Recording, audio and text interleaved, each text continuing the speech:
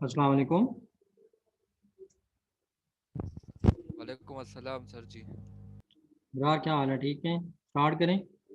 शुक्र अल्हम्दुलिल्लाह जी सर, बस स्टार्ट कर रहे हो। आफ्ताब तो अभी तक नहीं आए। सलीम गुलाब। चलिए मैं ज्वाइन कर लेगा। स्लाइड नज़र आ रही है आपको? No sir. अच्छा।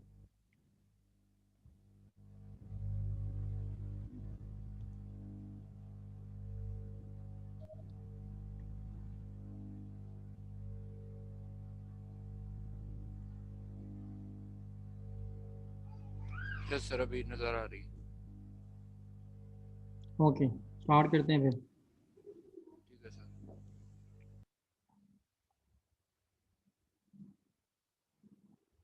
बेसिकली हम अभी प्रैक्टिस के लिए कुछ प्रॉब्लम्स देख रहे हैं रिलेटेड टू लैप्लास ट्रांसफॉर्म। तो लैप्लास ट्रांसफॉर्म के बारे में पहले जो लेक्चर्स हुए हैं पिछले दिनों में वो मैंने अपलोड भी किए हैं, तो उनको आपने कंसल्ट किया? हेलो। यस सर, सर जी वो एग्जांपल्स और प्रॉब्लम्स। हाँ, वैसे लैप्लास का कॉन्सेप्ट क्या होता है और बाकी उसके जो प्रॉब्लम्स भी करवाए थे वो सारे। Yes sir. ओके। तो ये एक न्यूमेरिकल प्रॉब्लम है, इसको समझने की कोशिश करते हैं अभी। Find the Laplace transform of F of t defined by f of T is equal to zero for t less than zero. हमारा फंक्शन इस टाइप का है कि जब टाइम की वैल्यूज़ लेस देन ज़ीरो होंगी तो फंक्शन एफ ऑफ टी की वैल्यू ज़ीरो होगी and F of T is equal to T square sine omega T for T greater और equal to zero. T greater और equal to zero पे इसकी value जो है वो T square into sine omega T है। Laplace of sine omega T, sine omega T का Laplace हमें बेसिक जो लेप्लास ट्रांसफॉर्म टेबल है उससे पता है कि ये omega by S square plus omega square है। उसके बाद हम कॉम्प्लेक्स डिफरेंशिएशन थ्योरम अप्लाई करेंगे। कॉम्प्लेक्स डिफरेंशिएशन में हमने स्टडी किया था कि अगर एफ ऑफ टी है उसके साथ टी मल्टीप्लाई हो रहा है तो इसका लेप्लास होगा derivative of F of S. और इसी तरह से अगर टी स्क्वायर है, टी के ऊपर कोई पावर है, तो ये D square by sorry second derivative बन जाएगा एफ ऑफ एस का। और अगर आप इस प्रॉब्लम पे हम अप्लाई करें। ये सिर्फ ये टी स्क्वायर के लिए, ये स्टेप सिर्फ ये टी स्क्वायर के लिए किया। एफ ऑफ टी भी है। Yes sir. हाँ, T square into F of T इस पूरे ओवरऑल फंक्शन का लेप्लास आ जाता है derivative of F of S. ठीक है, ये yes complex sir, differentiation theorem के डबल मुताबिक ऐसा हो रहा डेरिवेटिव। है। Yes sir. और अब हमें एफ ऑफ एस तो पता है, ऊपर हमने भी कैलकुलेट किया है omega by S square plus omega square. तो इसका सेकंड डेरिवेटिव अब हमें लेना पड़ेगा। D square by D square का मतलब है सेकंड डेरिवेटिव। और सेकंड डेरिवेटिव यहाँ डायरेक्ट लिखा हुआ है, लेकिन अभी आप इस तरह करें कि नोटबुक और पेन निकालें अगर आप घर पे हैं, और हम इसका सेकंड डेरिवेटिव अभी कैलकुलेट करेंगे omega by S square plus omega square का। ठीक है, तो हमारे पास क्या है, omega divided by H square plus omega square. ठीक है, तो बाई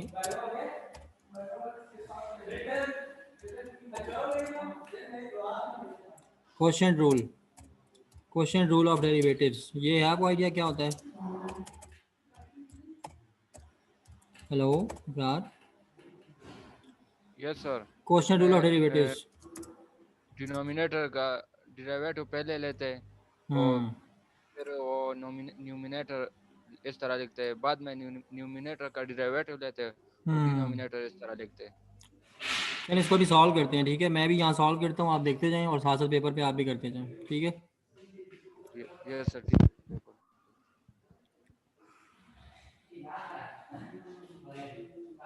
इसको मैं सेपरेट एक शीट ओपन करके ना वहाँ पे सॉल्व करता हूँ। उसमें इक्वेशन एडिटर भी चाहिए होगा दरअसल साथ में। तो आपके पास फंक्शन क्या है?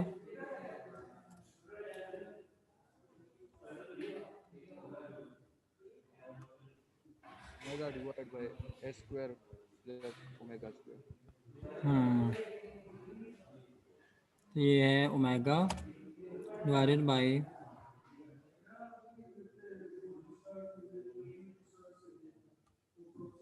ओमेगा स्क्वायर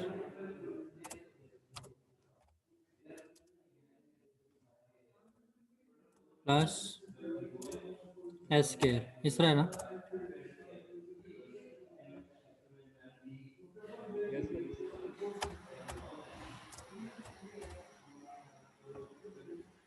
अच्छा, ये मैं फंक्शन गिवन है, इसका क्या बनेगा? उसे कहना चाहिए डेरिवेटिव बाय क्वोशंट रूल। वो बनता है omega square plus S square का होल स्क्वायर डिनोमिनेटर में, ठीक है। और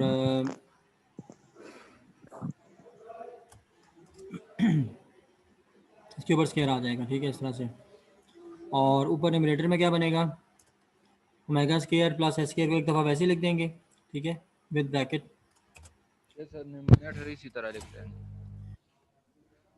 एक दफ़ा डिनोमिनेटर आएगा ना, उसके बाद फिर हमने, आपको स्क्रीन नज़र आ रही है जो मैं सॉल्व कर रहा हूँ इक्वेशन एडिटर पे? हाँ सर, वो नजर नहीं आ रही। अच्छा चलो मैं आपसे शेयर करता हूँ। तो सर डेरिवेटिव जी हमने स्लाइड इसका, नजर नहीं आ रही। जी मैं बताता हूँ, वो स्लाइड तो मैंने अभी खुद डिस्ट्रीब्यूट की हैं। ठीक है मैं सर। इक्वेशन एडिटर आपसे ये करता हूँ शेयर, जिस पे मैं सॉल्व कर रहा हूँ ना अभी लिख के, ठीक है सर। वो मैं शेयर करने लगा हूँ अभी, एक सेकंड। तो जी जनाब, ये है, मैं ये सॉल्व कर रहा हूँ। Omega by omega square plus S square, ये मैं गिवन था, और इसका हमने डेरिवेटिव फाइंड आउट करना है with respect to x, second derivative find out करना है, ठीक है। Second derivative of this given function, और डेरिवेटिव किस तरह फाइंड होगा? विद रिस्पेक्ट टू, नज़र आ रही है स्क्रीन अब? जी दोस्तों। जी जी सर, नजर आ रही है। आ रही है सर, नजर आ रही है। ओके, डेरिवेटिव फाइंड करना है with respect to s, x basically. और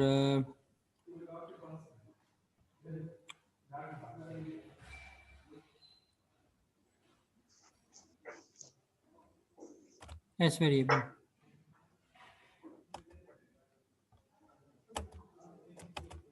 अच्छा जी। तो डेरिवेटिव हमने स्टार्ट किया है कैलकुलेट करना।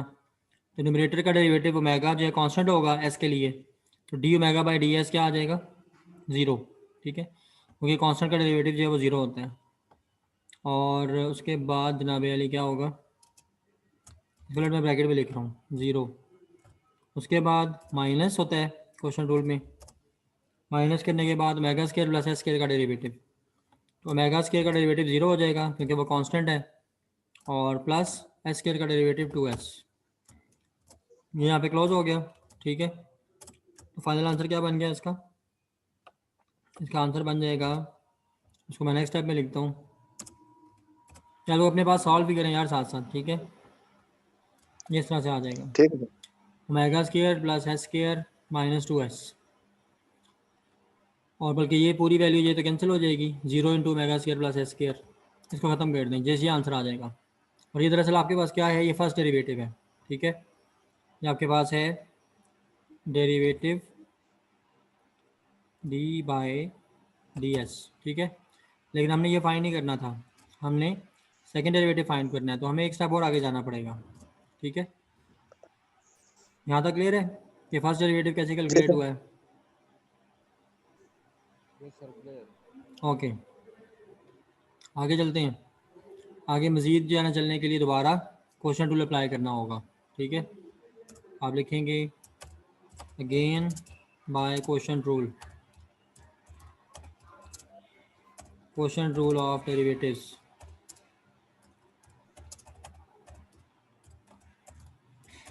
क्वेश्चन रूल ऑफ डेरिवेटिव्स दोबारा अप्लाई करेंगे इस फंक्शन पे जो हमने लास्ट स्टेप में छोड़ा है। तो वो क्या बनेगा? Omega square plus S square का स्क्वायर है, इसको दोबारा स्क्वायर करेंगे तो इसकी पावर 4 हो जाएगी, ठीक है। उसके बाद हम आ जाएंगे जी सर। न्यूमरेटर में, न्यूमरेटर में हमें लिखना होगा omega square plus S square का होल स्क्वायर, ठीक है। और वो लेट हम लिखते हैं, ये होल स्क्वायर इसका आ जाएगा। उसके बाद ऊपर जो टर्म है minus two s, derivative respect to s calculate हो रहा है, तो माइनस टू एस का डेरिवेटिव क्या आ जाएगा? माइनस टू, ठीक है जी। और उसको हम लिखेंगे ब्रैकेट क्लोज, उसके बाद माइनस, अब omega square plus S square का होल स्क्वायर, इसका डेरिवेटिव लिखना है। तो omega square plus S square का होल स्क्वायर है, तो पावर रूल ऑफ डेरिवेटिव्स लगाएंगे, 2 into omega square plus S square, और omega square plus S square लिखेंगे और उसकी पावर 2 माइनस 1 करेंगे तो जस्ट वो omega square plus S square आ जाएगा। फिर जो ब्रैकेट के अंदर टर्म है omega square plus S square, उसका फिर डेरिवेटिव लेंगे और वो डेरिवेटिव लेके उसका साथ मल्टीप्लाई करेंगे और वो क्या बनेगा, 2 इंटू एस स्क्वायर का डेरिवेटिव 2 इंटू एस आ जाएगा। और बाकी जो टर्म थी -2s डिनोमिनेटर वाली, वो वैसे साथ में लिख देंगे -2s। अब उसका डेरिवेटिव नहीं आएगा, वो वैसे आ जाएगी। तो आप देखें कि ऊपर न्यूमरेटर में से omega square plus S square आप कॉमन ले सकते हैं, ठीक है। इसी को मैं अगले स्टेप में लिखता हूँ, दोबारा कॉपी करके उसको चेंज करता हूँ। तो omega square plus S square, इसमें से आपने क्या किया, omega square plus S square को कॉमन कर दिया, तो बाकी क्या बचेगा, ऊपर omega square plus S square बच जाएगा एक टर्म में और यहाँ से ख़त्म हो जाएगा, ठीक है। और दोस्तों उसके बाद क्या होगा, उसके बाद यहाँ से न्यूमरेटर और डिनोमिनेटर की आपस में एक पावर कैंसिल हो जाएगी omega square plus S square की, तो ये हमारे पास आ जाएगा omega square plus S square, ये यहाँ से कट जाएगा और ये नीचे डिनोमिनेटर की एक पावर को भी काट देगा, साथ में क्यूब रह जाएगा और बाकी आपके पास ये वैल्यू आ जाएगी omega square plus S square -2 and all this. तो आपके पास अब नेक्स्ट स्टेप में क्या बनना चाहिए, नेक्स्ट स्टेप में दोस्तों आपके पास बनना चाहिए -2 मल्टीप्लाई कर देंगे ना आप, तो ये आ जाएगा जनाब Ali -2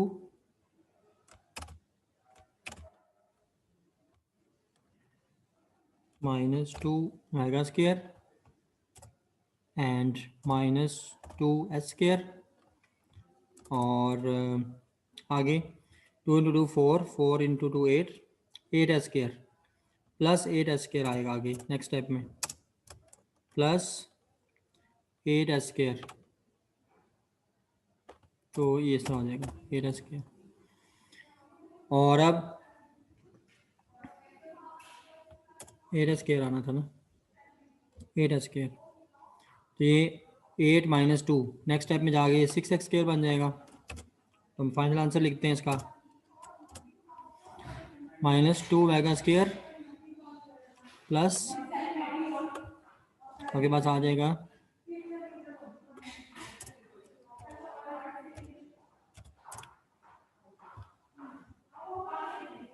-2 omega square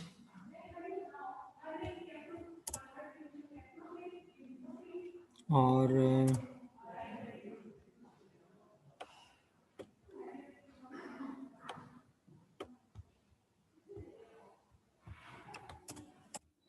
plus 6 S square, ठीक है जी। और यहाँ पे आपके पास आ जाएगा 2 ओमेगा स्क्वायर, ठीक है। तो ये हमारा फाइनल आंसर बनेगा। तो हम देखते हैं आपके स्लाइड्स में भी यही था या डिफरेंट था कुछ, -2 omega cube plus 6 omega square, एक कोई ओमेगा हम कहीं पे मिस कर रहे हैं, वो आप नोट करते हैं कहाँ से मिस किया है। -2 omega cube plus 6 S omega square आ रहा है ना हमारे पास, तो इसको देखते हैं कि ये कहाँ ऐसा हो गया, मिस कहाँ पे हो गया ये। अच्छा जी, स्टार्ट में तो हमारे पास ओमेगा आ नहीं रहा था, तो ये कहाँ से मिस हुआ है फिर। हेलो हेलो, यस सर, आवाज़ आ रही है आपको, साथ साथ फॉलो कर रही हैं लेक्चर को या नहीं। यस सर, फॉलो कर रहे हैं। अब सॉल्व तो मैंने किया है लेकिन एक ओमेगा बीच में से कहीं से मिस हो गया जी। जी आप क्या कह रहे हैं इब्रार। और सर ये सर्च करते हैं, ओमेगा क्यूब है ना वहाँ पे। हाँ इसको जरा देखते हैं ना कि क्या मसला है।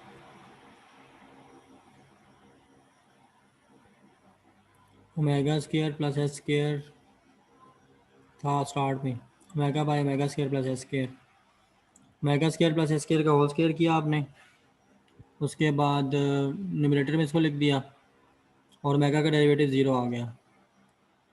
लेकिन यहाँ पे मिस्टेक हुई है क्योंकि ओमेगा का डेरिवेटिव जो है ना वो ओमेगा क्योंकि कांस्टेंट है तो वो हम जब हाँ अभी नहीं, ये मिस्टेक नहीं हुई है तो 0 ही होगा। और उसके बाद 2s आ गया था, फर्स्ट टर्म तो पूरी 0 हो गई जब आपके पास -2s बच गया था यहाँ पे। नेक्स्ट स्टेप में omega square plus S square का होल स्केयर लिया तो 4 पावर बन गई और यहाँ पे 2 इंटू -2 4 आ गया। -2 omega square plus S square 2s into 2s। यहाँ हमने दोनों टर्म्स में से omega square plus S square common लिया है, यहाँ पर बच गया omega square plus S square into -2 और यहाँ से ख़त्म हो गया। हमारे पास बच गया omega square plus S square -2 यानी कि 2 ओमेगा स्केयर। ओमेगा क्यूब तो आने का कोई चांस ही नहीं है क्योंकि ओमेगा स्केयर कांस्टेंट है। और यहाँ नेक्स्ट साइड पे जब हमने इसका डेरिवेटिव लेना है तो ओमेगा स्केयर कांस्टेंट है, उसने वैसे कैंसिल हो जाना है। जो हमने यहाँ डेरिवेटिव लेके इसको लिखा है वहाँ पे आंसर 2 ऐसा आ गया इधर इस जगह पे जहाँ पर मैं अभी कर्सर ब्लिंक कर रहा है। तो 2 omega square plus 6 x square. एक और ओमेगा ज़रा कंफर्म करते हैं कहाँ से आ रहा है। S square plus omega square का होल क्यूब। अच्छा मसला ये है कि इसमें होगा इस तरह कि ओमेगा जो है ना वो कांस्टेंट है ना, डेरिवेटिव आप with respect to s calculate कर रहे हैं तो ओमेगा को स्टार्ट में सेपरेट कर देना है। Omega is not variable. बात समझ आ रही है? हेलो, ये मिस्टेक हम कर रहे हैं। ओमेगा को पहले स्टार्ट से सेपरेट कर देंगे और डेरिवेटिव कैलकुलेट करेंगे 1/ओमेगा स्केयर प्लस एस स्केयर का। यानी कि मैं जो कहना चाह रहा हूँ बात वो इस तरह से है कि आप इसको लिखेंगे d/ds ऑफ 1/, आप फॉलो करें इसको जो मैं टाइप कर रहा हूँ साथ साथ, इस तरह इसको लिख देंगे यस सर। और ओमेगा बाहर मल्टीप्लाई हो जाएगा। ठीक है, ओमेगा जब बाहर मल्टीप्लाई होगा, अब इसकी दोबारा एक दफ़ा करते हैं सारी डिफ्रेंशिएशन जो हमने अभी की है। Omega square plus S square आ जाएगा और ओमेगा जो है ना वो बाहर मल्टीप्लाई हो रहा है। ठीक है, इस तरह से। और सारे स्टेप इसी तरह से सेम चलेंगे, बस साथ ओमेगा मल्टीप्लाई हो रहा होगा हर स्टेप में। और एंड पे जाके ये ओमेगा जो है वो क्या करेगा, वो हमारी वैल्यू को करेक्ट कर देगा। ठीक है, ये बस हमसे एक मिस्टेक होगी। ओमेगा स्टार्ट में उसको साइड पे करना था क्योंकि कांस्टेंट जो है उसके ऊपर डेरिवेटिव अप्लाई नहीं होता। तब जब ओमेगा मल्टीप्लाई होगा न्यूमरेटर के साथ, नेक्स्ट स्टेप पे हमारे पास क्या वैल्यू आ जाएगी, 2 omega cube plus 6 omega S square. ठीक है जी, इस तरह से ये चीज़ हुई है, सेकेंड डेरिवेटिव इसका कैलकुलेट हुआ है। तो अच्छा जो कांस्टेंट होता है बस उसको बाहर हाँ, उसको सेपरेट करना होता है ना, उसके ऊपर डेरिवेटिव नहीं अप्लाई करना होता। Yes sir. तो अब जो है वो इसको हम लेके ना स्क्रीनशॉट तो डाल देते हैं अपने लेक्चर में ही।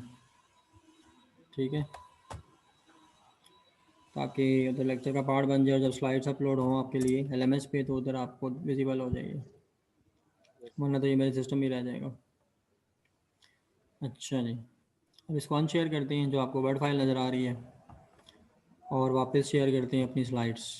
ठीक है, और ये आपकी स्लाइड्स आ गई। इसमें मैंने शेयर करना था आपके साथ जनाब अली, स्लाइड्स नज़र आ रही हैं? हेलो, यस सर, नजर आ रही है। ये सोल्यूशन मैंने यहाँ कॉपी कर दिया। ठीक है, ये स्लाइड जब शेयर होंगी ना LMS पे तो ये आपको पता चल जाएगा कि ये इस तरह से हुआ है। ठीक है नज़र आ रहा है सोल्यूशन? यस सर, ठीक ठीक है सर। तो ये इस तरह से सॉल्व हुआ है। यस सर, नजर आ रही है। ठीक है, ओवरऑल ये प्रॉब्लम जो था लैप्लास ट्रांसफॉर्म ऑफ f(t) ये भी समझ में आ गया। सिर्फ कैलकुलेशन तो यहाँ पे रिक्वायर्ड थी, लास्ट स्टेप में हुआ कि ऊपर वाले स्टेप्स तो आसान ही थे मेरे ख्याल से। Hello, yes sir. अच्छा चलें फिर आगे कंटिन्यू करते हैं, नेक्स्ट प्रॉब्लम्स को देखते हैं। नेक्स्ट हमारे पास एक प्रॉब्लम है, prove that if F of T is of exponential order and F of T integral exist then F of T integral is equal to limit F of S S approaches to zero. ये concept हमने prove करना है कि integral over F of T D T ये equal होगा limiting value of F of S के, F of S limit S approaches to zero. तो F of S क्या चीज़ है, ये एफ ऑफ टी का लैप्लास ट्रांसफॉर्म है। तो F of T D T ये इंटीग्रल जो है इसको सॉल्व अगर करें तो इसका क्या मीनिंग बनता है, इसका मीनिंग बनता है limit t approaches to infinity and F of T D T का इंटीग्रल है और लिमिट्स ऑफ इंटीग्रेशन जीरो से टी हैं। तो अगर लैप्लास ट्रांसफॉर्म लिया जाए इंटीग्रल का तो वो आ जाता है F of s divided by S. अब क्योंकि integral of F of T exist कर रहा है इसलिए हम इसके ऊपर फाइनल वैल्यू थ्योरम अप्लाई करेंगे और फाइनल वैल्यू थ्योरम के अकॉर्डिंगली जिस तरह सॉल्व होगा कि integral over F of T D T क्योंकि एग्जिस्ट कर रहा है तो फाइनल वैल्यू थ्योरम की गाइडलाइन के मुताबिक F of T D T का इंटीग्रल और उसके ऊपर जब लिमिट अप्लाई की जाएगी तो वो बन जाएगा limit h approaches to zero into s into F of s divided by s. दोनों एस आपस में कैंसिल हो जाएंगे, जस्ट आपके पास एफ ऑफ एस बचेगा और आपका ओरिजिनल जो इंटीग्रल है वो किस चीज़ के इक्वल आ चुका है, limit F of S S approaches to zero. तो जो आपने इनिशियली इक्वेशन पोज की थी कि आप ये चीज़ प्रूव करेंगे कि एफ ऑफ टी का इंटीग्रल वो इक्वल है limit F of S S approaches to zero, उसकी इक्वल आपने प्रूव कर लिया कुछ स्टेप्स के थ्रू। ये आपका फाइनल रिजल्ट आ गया, F of T D T का integral is equal to limiting value of F of S where S approaches to zero. ये प्रूफ समझ में आया आपको? यस सर समझ आ रही है। ओके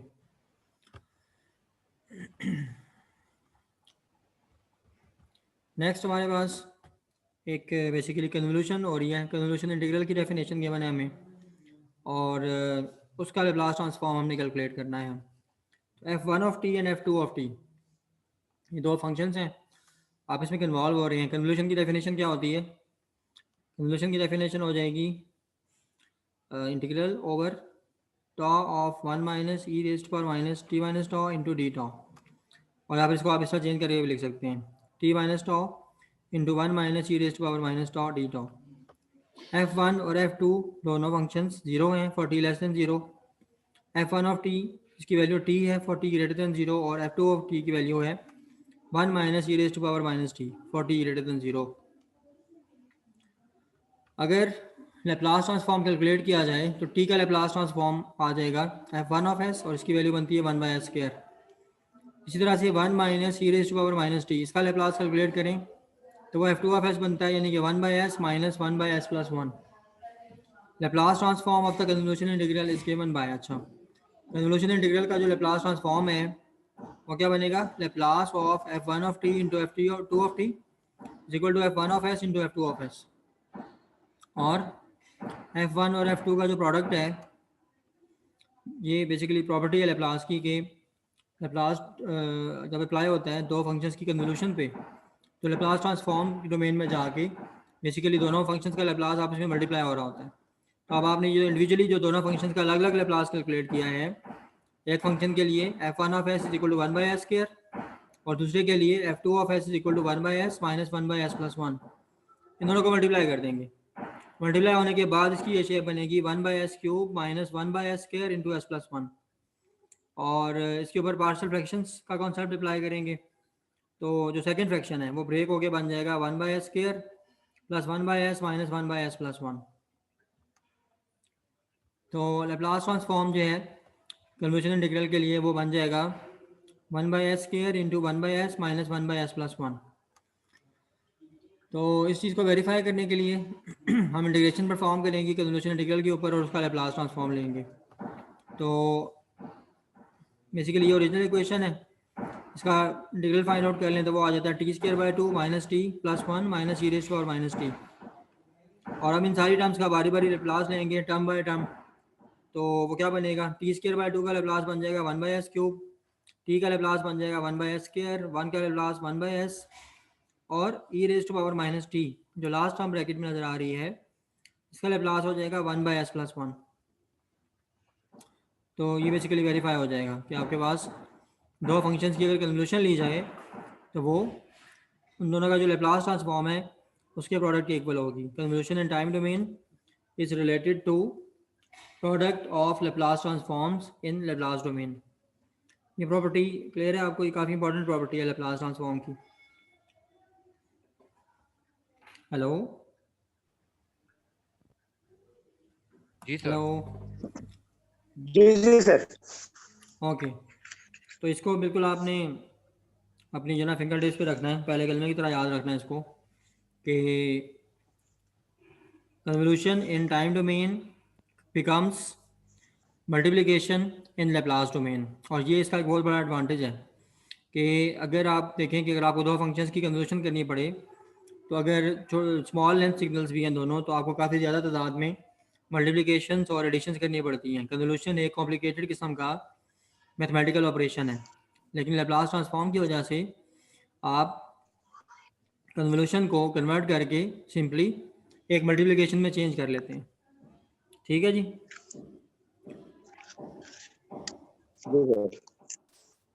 जी सलीम, आपने कुछ पूछना है? Any question? No sir. Okay, आगे चलते हैं। Prove that if f of t is a product function with period t, then Laplace of f of t is equal to integral of f of t into e raised to power minus st dt divided by 1 minus e raised to power minus ts। f of t का जो Laplace है वो बनेगा f of t into e raised to power minus st dt, और जो definition होती है basically Laplace की। उसके बाद इसमें basically F of T into E raised power minus S t है, तो इसके ऊपर जो है वो आपने सम ऑपरेटर लगा दिया कि n इक्वल टू 0 से इन्फिनिटी तक आप सम अप्लाई कर रहे हैं, और इंडिपेंडेंट वेरिएबल जो है उसको t से चेंज करके टॉ कर दें, तो टॉ आ जाएगा t माइनस एन टी। ये चेंज वेरिएबल पुट करेंगे तो लेप्लास की डेफिनेशन बन जाएगी sum over E raised to power minus N T S F of tau into E raised to power minus S tau D टॉ।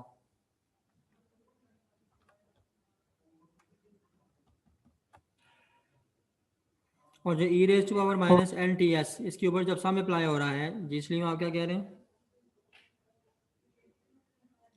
जी दोस्त? कुछ पूछना है? हेलो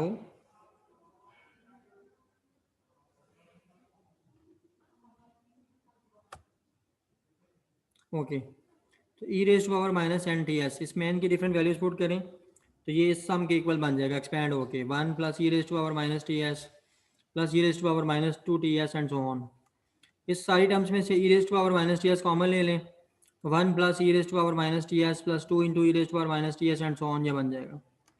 और ये भी बेसिकली एक सम है, तो आपके पास E raise to power minus N T S के ऊपर जब आप सम अप्लाई करते हैं तब वो 1 by 1 minus E raise to power minus T s बन जाता है। इसको फर्दर आगे सॉल्व करेंगे तो Laplace of F of t वो बन जाएगा f of T into E raise to power minus S T D T divided by 1 minus E raise to power minus T S. ये रिलेशन इस तरह से प्रूव हो जाएगा। उसके बाद एक प्रोडक्ट फंक्शन हमें गिवन है बुक में फिगर 2.4 में, उसका लेप्लास ट्रांसफॉर्म कैलकुलेट करना है। तो वो फंक्शन बेसिकली क्या है, 0 से t/2 तक उसकी value e raise to power minus S t है, यानी कि 1 है, सॉरी 1 है, क्योंकि ये तो डेफिनेशन से आ रहा है ना, ये तो लेप्लास के फार्मूला में आता है E raise to power minus S T. और बाकी t/2 से t तक उसकी वैल्यू -1 है सिग्नल की। तो E raise to power minus S T का इंटीग्रल फाइंड करेंगे और E raise to power minus S T आएगा, और पावर से पावर का डेरिवेटिव लेंगे, पावर के डेरिवेटिव से डिवाइड करना होता है ना इंटीग्रेशन में, तो E raise to power minus S T का डेरिवेटिव माइनस एस आएगा, उसको पुट कर देंगे। और लिमिट जो पुट करनी है टी में वो 0 से t/2 तक है।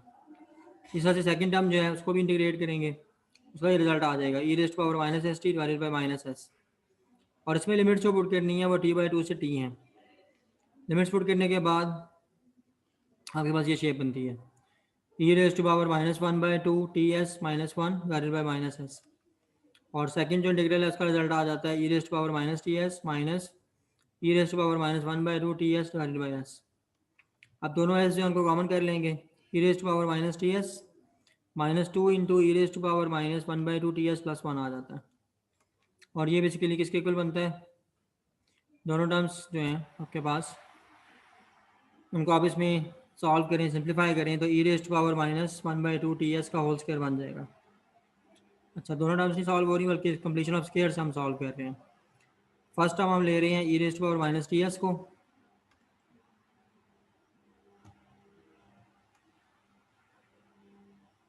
यानी कि E raised to power minus 1/2 T S, ये हमारी फर्स्ट टर्म है स्क्वायर में, और 1 जो है वो सेकंड टर्म है, और ये डबल प्रोडक्ट वाली टर्म थी 2ab वाली, तो उससे हमने स्क्वायर कंप्लीट कर लिया। तो ये हमारे पास बन गया 1/s into 1 minus E raise to power minus 1/2 into T S whole square.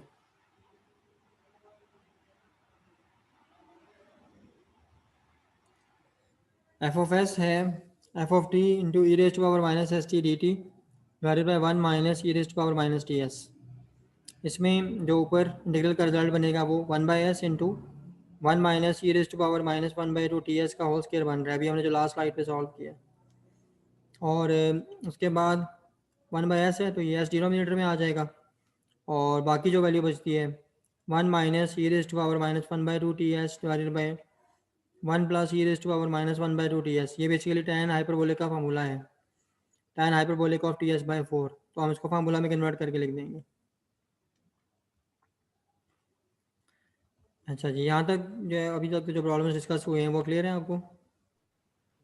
Ji clear है। अच्छा, जी सर। ओके।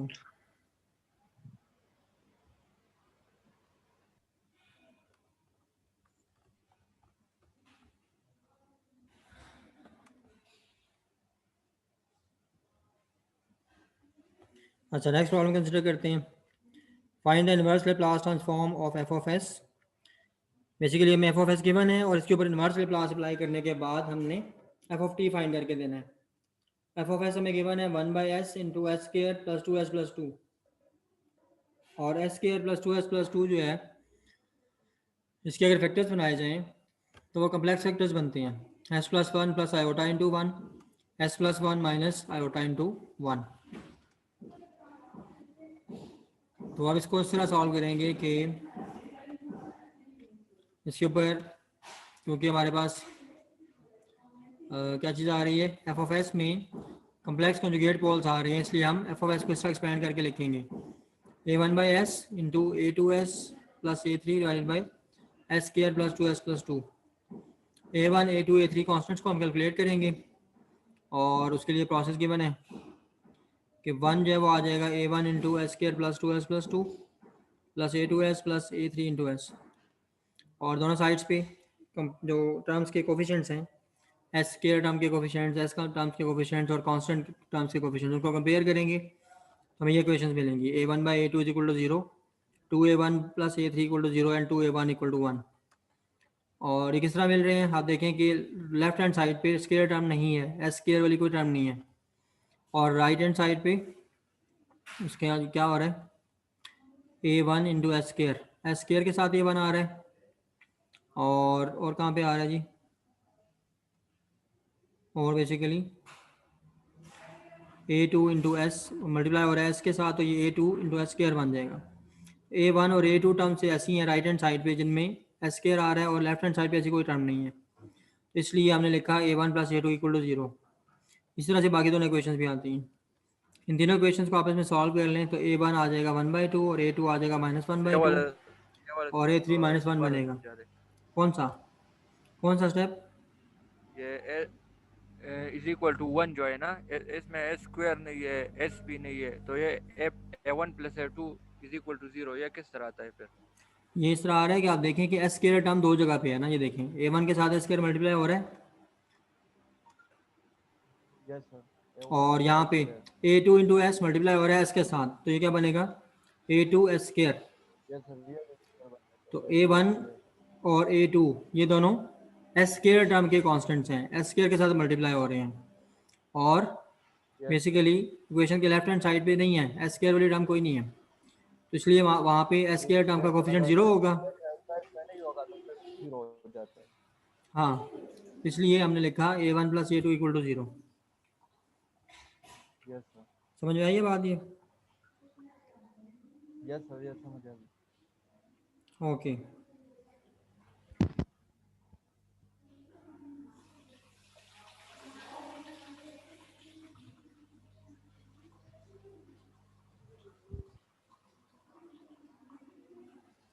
अच्छा जी, आगे चलते हैं। आगे क्या हो रहा है कि लाइट नजर नहीं आ रही है अब, या सही है सर। अच्छा, तो इन इक्वेशंस को आपस में सॉल्व करने के बाद a1 की वैल्यू 1/2 आ जाती है इस लास्ट इक्वेशन से। 2a1 इक्वल टू 1, यहाँ से a1 की वैल्यू 1/2 बन जाती है, और a1 plus a2 equal to 0, यहाँ से a2 की वैल्यू -1/2 आ जाएगी। और अब आप इसको आगे प्रोसेस करेंगे मज़ीद, और इसका क्या रिजल्ट निकलेगा मज़ीद सॉल्व करने का। आपके पास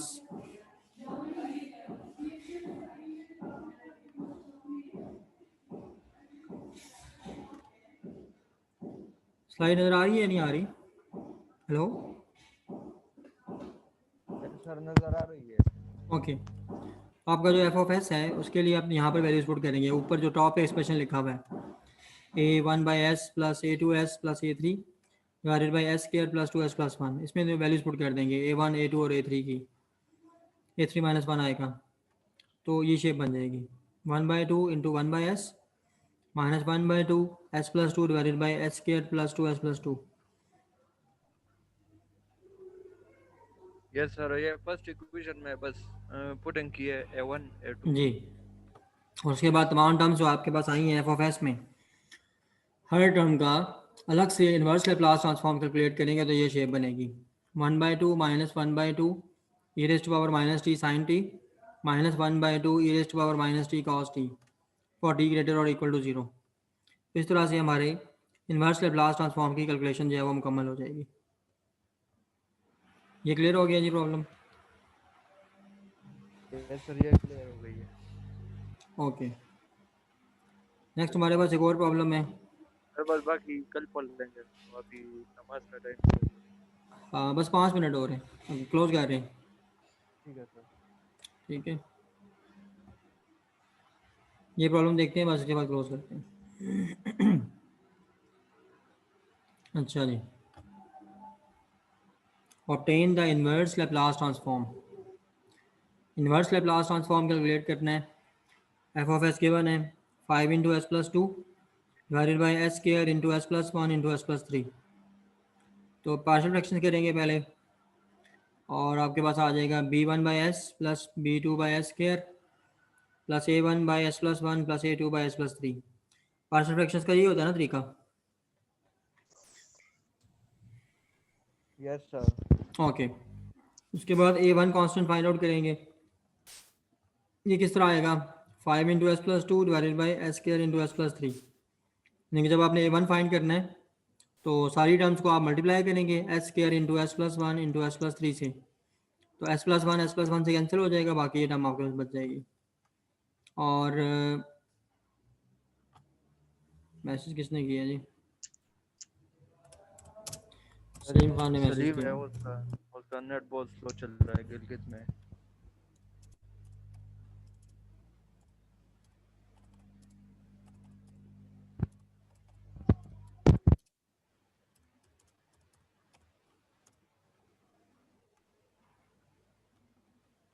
अच्छा जी, तो a1 फाइंड आउट करेंगे, इसमें s की वैल्यू -1 पुट करेंगे, a1 की वैल्यू 5/2 आ जाएगी।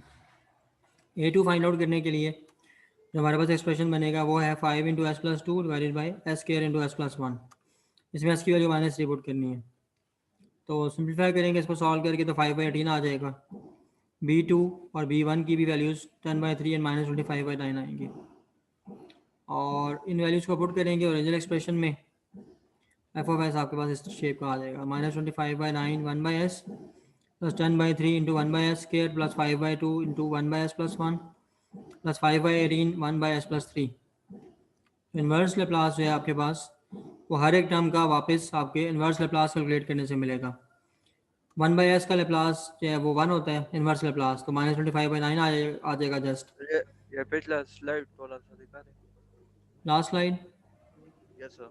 ये b1 b2 a1 a2 ये 4 वैल्यूज पुट किए ना हमने इस ओरिजिनल इक्वेशन में। सर जी इसमें एच इज इक्वल टू -1 जो लिमिट पुट की है ना, लिमिट नहीं एच की वैल्यू, हाँ जी, तो ये गिवन है। ये असल में पार्शियल फ्रैक्शन का जो मेथड है ना उसके उसके अंदर ये प्रोसेस का हिस्सा होता है। हम करते ये हैं कि ये चारों टर्म्स आप देख रहे हैं, b1/s plus b2/s square plus a1/s plus 1 plus a2/s plus 3, इन चारों टर्म्स के साथ ये जो पूरा डिनोमिनेटर नज़र आ रहा है ना लेफ्ट साइड पे, S square into S plus 1 into S plus 3, इसको मल्टीप्लाई करते होते हैं दोनों साइड्स पे। ठीक है, तो कैंसिलेशन हो गए। देखें, अगर इस पूरी टर्म के साथ एस प्लस 1 मल्टीप्लाई हो तो क्या आएगा, एस प्लस 1 से कैंसिल हो जाएगा, बाकी क्या बचेगा 5 into S plus 2 divided by S square into S plus 3, ये बचेगा ना। जी सर। तो इसके अंदर जो a1 के नीचे फैक्टर लिखा हुआ है इसका s प्लस 1, एस प्लस 1 को 0 के इक्वल पुट करें, वहाँ से s की वैल्यू आ जाएगी -1, वो इसमें पुट करनी है। ठीक हो गया। इसी तरह जब a2 फाइंड करना है तो a2 के साथ a2 बाई एस प्लस 3 के साथ इसको मल्टीप्लाई करेंगे इस पूरी वैल्यू को, ये जो जिसको मैं सर्कल कर रहा हूँ, 5s plus 2 divided by S square into S plus 1 into S plus 3, ये डिनोमिनेटर में जो एस प्लस 3 है वो इससे मल्टीप्लाई होकर कैंसिल हो जाएगा डिवाइड करके, बाकी बचेगा 5 into S plus 2 divided by S square into S plus 1, और इसके नीचे जो फैक्टर लिखा हुआ है एस प्लस 3, इसको 0 के इक्वल पुट करें तो एस की वैल्यू -3 आ जाती है। -3। हाँ, तो उसको यहाँ पुट करने से आपको 5/18 आंसर मिलता है। इस तरह से बाकी दोनों में भी है। ठीक है जी, ये समझ में आया? Yes sir. ओके, अब जो हमारे पास ये चार कॉन्स्टेंट्स आ गए हैं 5/2, 5/18, 10/3, -25/9, इन सबको यहाँ इस ओरिजिनल इक्वेशन में पुट कर देंगे, आपके पास ये टर्म्स आ जाएंगी जो नेक्स्ट स्लाइड में दिखाई दे रही हैं। एफ ऑफ एस बन जाएगा -25/9 into 1/s plus 10/3 into 1/s square plus 5/2 into 1/s plus 1 plus 5/18 into 1/s plus 3। तो बाकी जो है आपके पास, अब आपने इन्वर्स लैप्लास कैलकुलेट करना है तो हर टर्म का अलग से इन्वर्स लैप्लास फाइंड करना होगा। 1/s का इन्वर्स लैप्लास 1 होता है, तो इसलिए फर्स्ट टर्म बन जाएगी -25/9। 10/3 into 1/s square, 1/s square का इन्वर्स लैप्लास होता है t, तो 10/3 इंटू टी आ जाएगा। 1/s प्लस 1, इसका इन्वर्स लैप्लास होता है e raised to power -t, तो 5/2 into e raised to power -t बन जाएगा। 5/18 इंटू 1/s प्लस 3, ये बन जाएगा 5/18 into e raised to power -3t। इस तरीके से हमारा एफ ऑफ टी आ जाएगा फॉर t ग्रेटर दैन 0, और इस तरह से हमारी जो इन्वर्स लैप्लास ट्रांसफॉर्म की कैलकुलेशन है वो मुकम्मल हो जाएगी। इस प्रॉब्लम में अगर आपको कोई क्वेश्चन या कन्फ्यूजन है तो काइंडली पूछ लें। नो सर, क्या गई है। ओके, क्विज का मैसेज आपको मिल गया? कल क्विज होगा सीरीज का 11 बजे। जी जी सर, मिल गया सर। कुछ कौन सा टॉपिक होगा? क्विज का एक टॉपिक मैंने बताया है, वो भी शायद ग्रुप पे शेयर हुआ होगा, डेरिवेटिव्स ऑफ कॉम्प्लेक्स फंक्शंस। बस ऐसे एक टॉपिक से क्विज हो रहा है, दो छोटे छोटे प्रॉब्लम सर होंगी। चैप्टर 13 बनता है ये बुक का। हेलो जी जी सर, दोबारा बताएं एक दफा।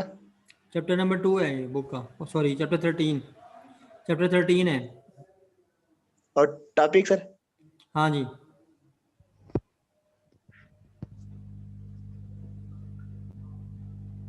और इसके अलावा असाइनमेंट नंबर 3 भी मैंने अपलोड की है, उसमें बेसिकली वो कॉची रायमन इक्वेशन वाले प्रॉब्लम्स हैं जो हमने शुरू में पढ़े थे, जिसमें वो सर बात सुनो। जी जी सुनाएं। सर क्विज का कौन से टॉपिक का काम है सर? समझ नहीं आई थी। चैप्टर नंबर 13 यार, चैप्टर 13। Topic sir? टॉपिक भी मैंने ग्रुप पे शेयर किया, देखें वहाँ से, डेरिवेटिव ऑफ कॉम्प्लेक्स फंक्शंस। ठीक है सर। अच्छा जी, असाइनमेंट नंबर जी, पेपर पैटर्न भी पेपर बता दे जी वो पेपर से पहले बताएंगे ना, अभी तो कोर्स भी कुछ नहीं हुआ। सर कितने लेक्चर मस्जिद पढ़ेंगे? ये आज लेक्चर नंबर 11 है ये वाला, कितने मस्जिद पढ़ना है? मैं आपको देख के बताऊंगा LMS पे कि कितने भी शेयर हुए हैं और कितने रहते हैं। ठीक है सर। ठीक है, मैं ग्रुप पे डाल दूंगा शाम को, तो सारी जो समरी है ना मैं ग्रुप पे बता दूंगा। ठीक है, अभी क्लोज करते हैं यहाँ पे, बाकी इंशाल्लाह फिर नेक्स्ट सेशन जब करना होगा तो मैं CR को बताऊंगा। Okay sir, okay. ठीक है, थैंक यू, अल्लाह हाफिज़। अल्लाह हाफिज़।